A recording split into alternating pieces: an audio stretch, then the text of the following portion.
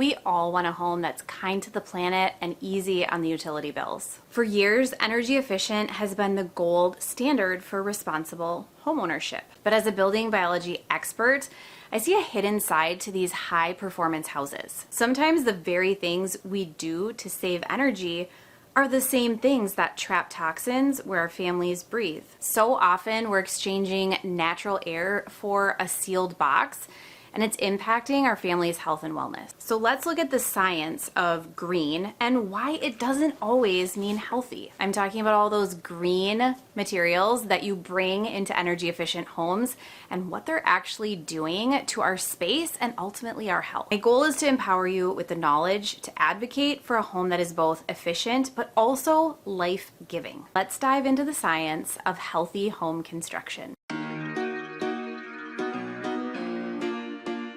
Welcome back. I'm Amanda. I'm a building biology practitioner, a certified home inspector, and a healthy home expert. And today, the topic is why green is not always healthy. To understand our current building landscape, we have to look at how we define performance. So to a standard contractor, a high performance home is one that doesn't leak heat. But in a healthy home construction situation, we measure performance by how well the environment supports your body's natural processes. So when we prioritize a tight envelope without considering vapor diffusion, we actually create a conflict between physics and our biology. Today, modern building codes have moved us toward a perfectly sealed envelope. Now, while this stops drafts, it also stops the natural dilution of indoor pollutants. So older homes were leaky homes, and leaky homes had fresh air moving in naturally. Today, if your mechanical ventilation isn't perfect, you are essentially living in a plastic bag. This traps everything your family produces, from the moisture in your shower to the VOCs from your furniture, and it traps it right into your breathing zone. Now, what science shows us is that when we seal a home too tightly, air exchange rates drop and humidity levels rise. There was a study published in the journal Nature, which found that energy efficient retrofits often lead to an increase in sick building syndrome symptoms. You might wonder why, and it's because trapped moisture leads to hidden mold growth behind those airtight barriers. This is the primary trigger for childhood asthma and persistent respiratory irritation that many families can't quite pinpoint. Now, a favorite energy efficient addition is spray foam insulation. They use it on energy efficient builds because it seals and insulates in just one step. But we have to look at the chemistry. SPF is created on site by a chemical reaction.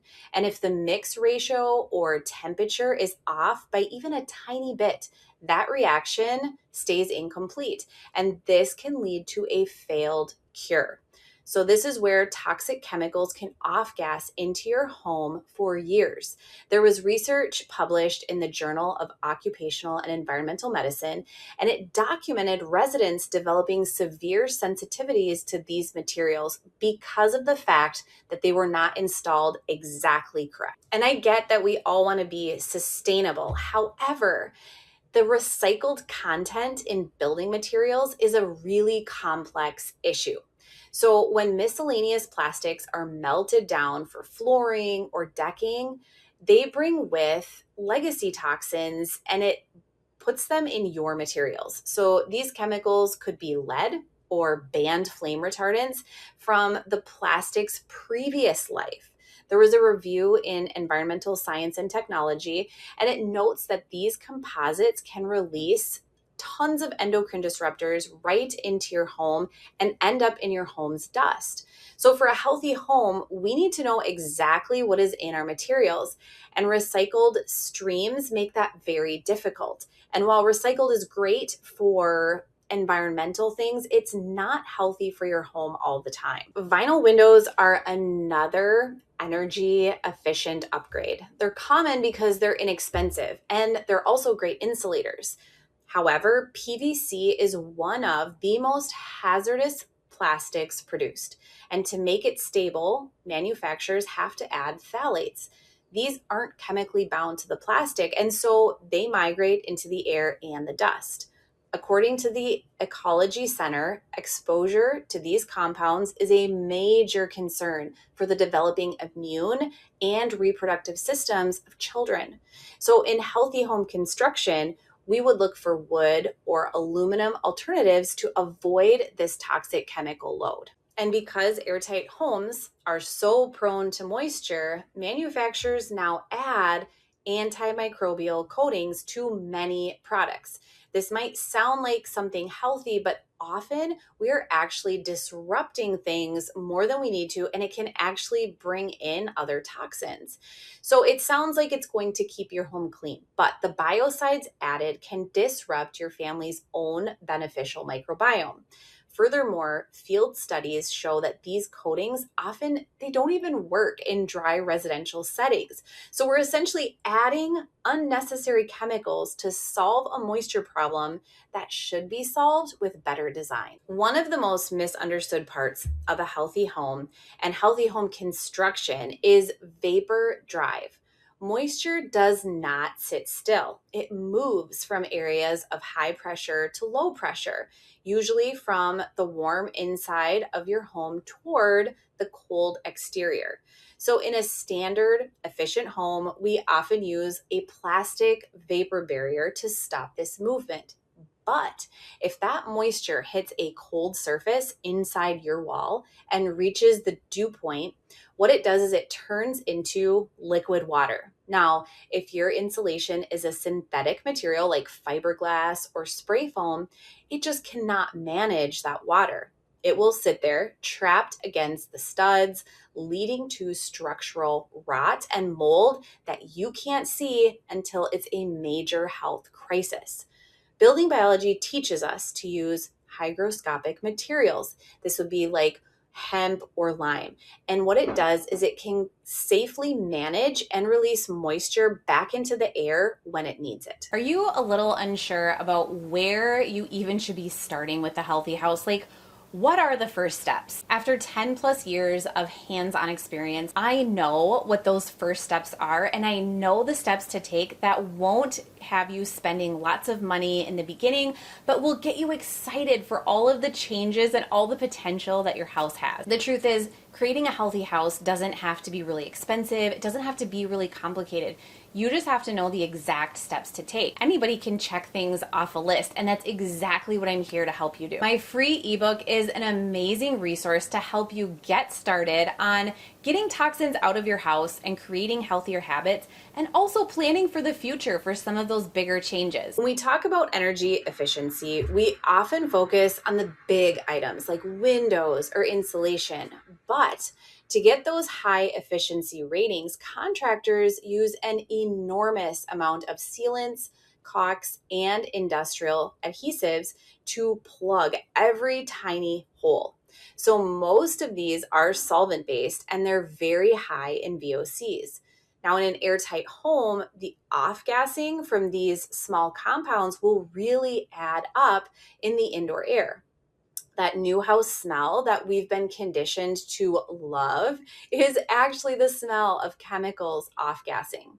In contrast, in a healthy home, we would prioritize low or zero VOC sealants because even these small details can trigger headaches, fatigue, and long-term brain fog for sensitive individuals and growing children. And if you've committed to a high efficiency envelope, your mechanical ventilation is truly your home's lungs. So you cannot rely on opening a window once a day.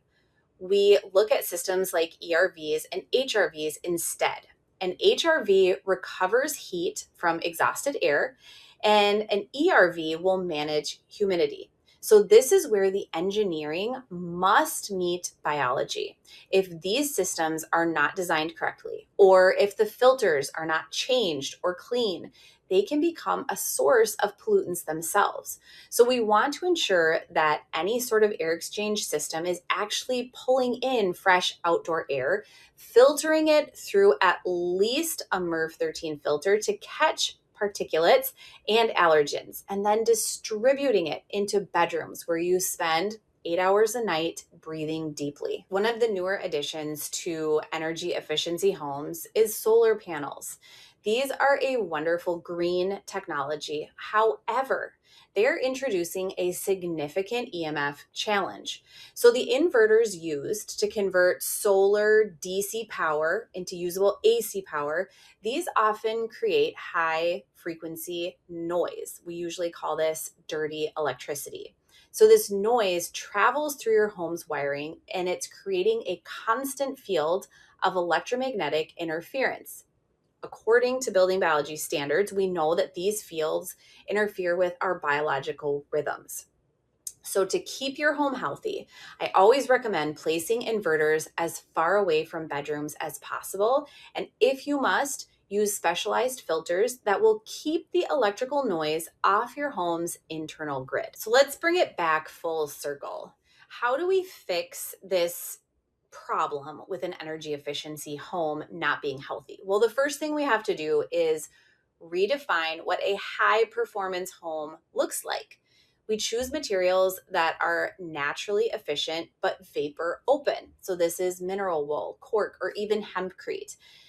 These allow the home to perspire while keeping you warm. We also prioritize the natural breezes principle of building biology, and this is ensuring that your home has a mechanical or natural way to exchange indoor air for fresh, filtered outdoor air at a rate that supports human life.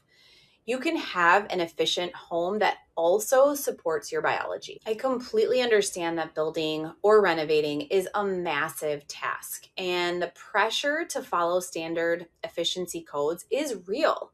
Your contractor might tell you that it's just how it's done, but remember, your home is where your family heals, it's where your family rests and grows, and you have the power to ask for better materials and a more breathable design. So if you're feeling overwhelmed by all of the green claims or the long material list that feels really off, I'm here to help you navigate through those choices. I do one-on-one consultations all the time where we can sit down and review your specific plans through the lens of building biology and healthy home construction. We can find the middle ground that keeps your home energy efficient and your family well. As always, thank you so much for being here. I hope you could take at least one concept or one idea away from this video and apply it in your own space. If you found this video helpful, definitely give it a like and be sure to subscribe to my channel because I have new videos and new content every single week to teach you how to create a home that actually supports your health and your wellness.